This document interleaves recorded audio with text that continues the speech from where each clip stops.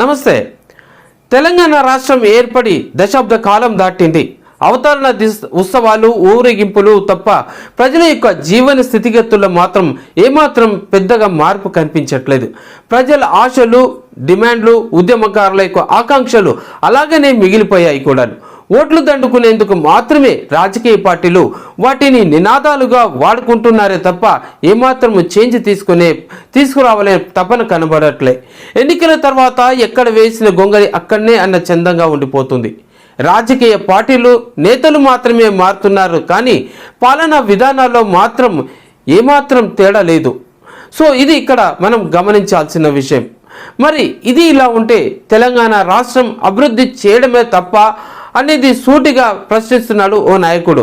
దశాబ్ద కాలం పాటు సేవలు అందించి ప్రజల సమస్యల్ని పరిష్కారం చేసినటువంటి నాయకుడు ఆ పార్టీ గురించి ఏమంటున్నారో వినండి. ఇది చాలా ఆశ్చర్యం ఏంటంటే చాలా బాధాకరం. ఇది కక్ష సాధింపు చర్య అనుకోవాలి మనం. కేటీఆర్ ఎందుకు అరెస్ట్ చేస్తారు? ఒక కక్ష సాధింపు చర్యలో భాగంగానే. కేటీఆర్ అరెస్ట్ ఎందుకు చేస్తారు? తెలంగాణ రాష్ట్ర సాధన కోసం పోరాడి చేసేందుకు అరెస్ట్ చేస్తురా? తెలంగాణ రాష్ట్రాన్ని ఇలా దేశంలో నంబర్ 1గా కేసీఆర్ సూచించింది కాబట్టి ఇలా మీరు కేటీఆర్ని అరెస్ట్ చేస్తురా? కేటీఆర్ని ఎందుకు అరెస్ట్ చేస్తున్నారు అంటే కక్ష సాధింపు. ఇది కుట్రపూరితమైన రాజకీయాలను పెట్టుకొని ఈరోజు రేవంత్ రెడ్డి చేసే సర్కారు చేసేటువంటి కుట్రపూరితమైన అరెస్ట్. ఇది అరెస్ట్ కాదు, కక్ష సాధింపులో భావన. ఎందుకంటే ఫార్ములా తీసుకొచ్చిందంటే ఒక హైదరాబాద్కు ఒక ఇమేజ్ పెంచినందుకు అరెస్ట్ చేస్తుర్రా, లేకుంటే ఇలా అసెంబ్లీలో నిన్ను నిలదీసినందుకు అరెస్ట్ చేస్తున్నారు. ఈ అరెస్టు తీవ్రంగా ఖండిస్తున్నాం. ఇది అరెస్ట్ కాదు, ఇది కక్ష సాధింపులో చర్యలో భాగంగా అనుకోవాలి. ఇలా తెలంగాణ ప్రజలు చూస్తున్నారు. ఇలా నువ్వు రైతు బంధు ఇస్తా అన్నావు, 15,000 ఇస్తా అని చెప్పి 12,000 ఇస్తున్నావు. అది అడిగినందుకు ఇలా అరెస్ట్ చేస్తున్నావా? లేకుంటే ఇలా షాదీ ముబారకు కళ్యాణ లక్ష్మి ₹1,00,000 కేసీఆర్ ఇస్తే నువ్వు ₹1,00,000 కాదు తులం బంగారం ఇస్తాను అడిగినందుకు ఇలా నువ్వు కేటీఆర్ని అరెస్ట్ చేస్తున్నావు. ఎందుకు అరెస్ట్ చేస్తున్నావు? కక్ష సాధింపేది. ఇది కుట్రపూరితమైన రాజకీయం. ఈ యొక్క రేవంత్ రెడ్డి సర్కార్ అంత కుట్రపూరితంగా ఉంది. ఒక సంవత్సరం కాలం గడిచింది కాంగ్రెస్ ప్రభుత్వం వచ్చి. సంవత్సర కాలంలో ఏ ఒక్క సంక్షేమ పథకమైనా ఇలా ప్రజలకు అందిందా? సూటి ప్రశ్న కేటీఆర్ అడిగినందుకే ఇలా కక్ష సాధింపు చర్యలో భాగంగానే అరెస్ట్ చేస్తున్నా. దేనికి అరెస్ట్ చేస్తున్నారు? ఇవన్నీ అడిగినందుకే కదా. రైతు రుణమాఫీ అని చెప్పారు. మీరు ఏం చెప్పారు? ఇలా నేను వస్తే, కేసీఆర్ వస్తే మీకు రుణమాఫీ రాదు, రేవంత్ రెడ్డి సర్కార్ వస్తే 2 లక్షల రుణమాఫీ డిసెంబర్ 9 నాడు చేస్తా అని చెప్పారు. ఎంతమందికి రైతు రుణమాఫీ చేశారు?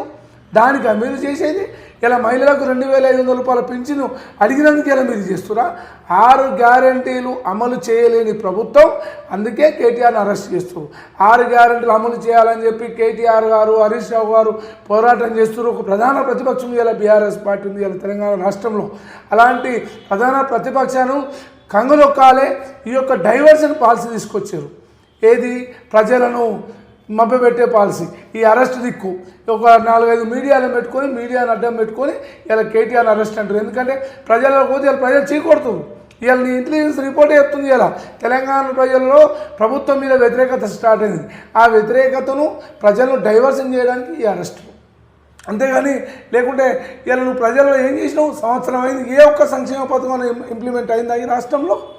ఒక్క సంక్షేమ పథకం ఇంప్లిమెంట్ కాలేదు. దాని గురించే నువ్వు అరెస్ట్ అంటున్నావు. ఇది కక్షపూరితమైన అరెస్టు, ఇది కుట్రపూరితమైన అరెస్టు. కేటీఆర్ అరెస్టు మేము తీవ్రంగా ఖండిస్తున్నాం. ఇది అరెస్ట్ కానే కాదు, ఇది కావాలని చేస్తున్న రేవంత్ రెడ్డి సర్కారు, కాంగ్రెస్ ప్రభుత్వం కావాలని చేస్తున్నారు. తెలంగాణ ఉద్యమంలో పనిచేసినందుకు అరెస్ట్ చేస్తున్నా. ఇలా దేశంలోనే ఒక తెలంగాణ రాష్ట్రము ఒక ముఖ చిత్రంలో చూపించినటువంటి వ్యక్తి అలా కేటీఆర్, హరీష్ రావు, బీఆర్ఎస్ పార్టీ. దేశంలో ఉన్నటువంటి నలుమూలలు తిరిగి అన్ని పార్టీలను ఏకం చేసి ఇలా తెలంగాణ రాష్ట్ర సాధన కోసం కొట్లాడిన ఒక ఉద్యమకారులను ఇలా మీరు అరెస్ట్ చేస్తున్నారు. తెలంగాణ రాష్ట్ర ఉద్యమంలో ఇలా ఈ ముఖ్యమంత్రి ఏడున్నాడు? ఎవరు లేరు.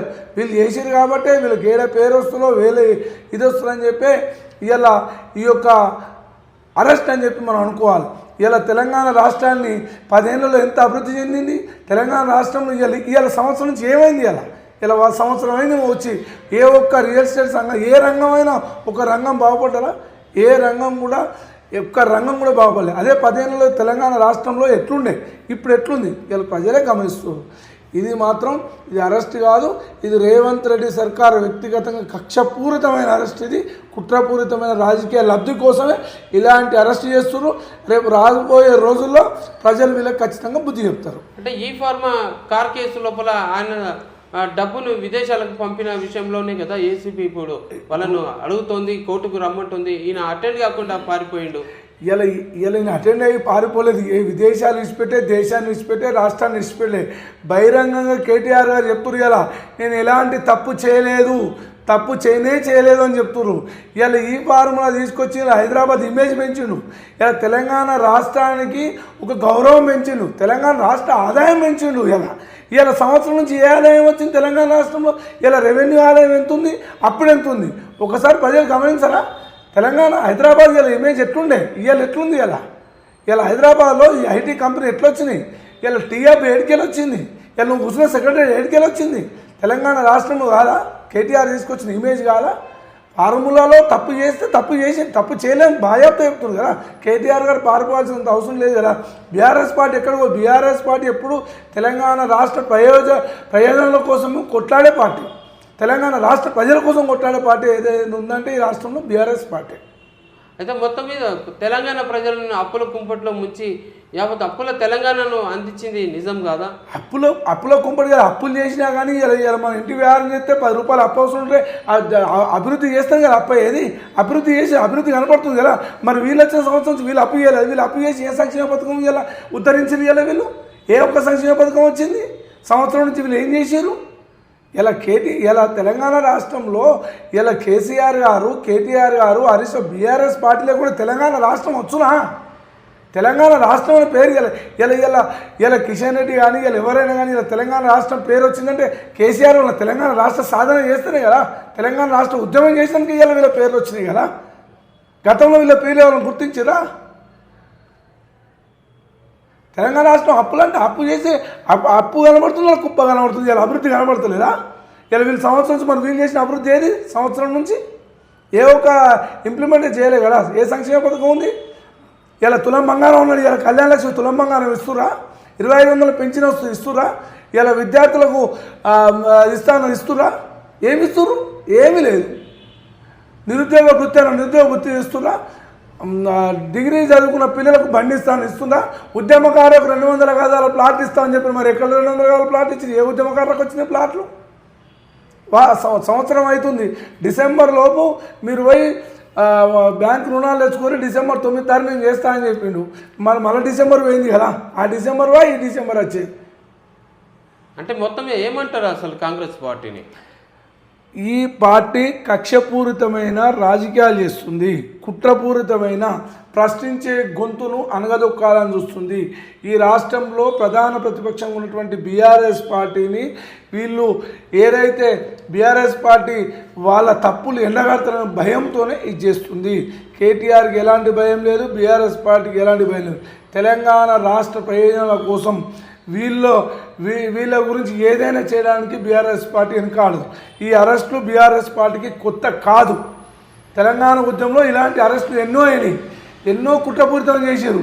అయినా నలవదొక్కుంటా ఈరోజు అందరినీ కూడబెట్టుకుంటా తెలంగాణ గాంధీ మార్గంలో కేసీఆర్ గారి సూచన మేరకు అన్నీ చేసుకుని తెలంగాణ రాష్ట్ర ఉద్యమకారులు వీళ్ళు. ఈ కేసులకు భయపడేది ఏమీ లేదు. ఈ ప్రభుత్వం కక్షపూరితమైన కుట్రపూరితమైన అక్రమంగా కేసులు బనాయించి అక్రమంగా అరెస్టులు చేస్తున్నారు.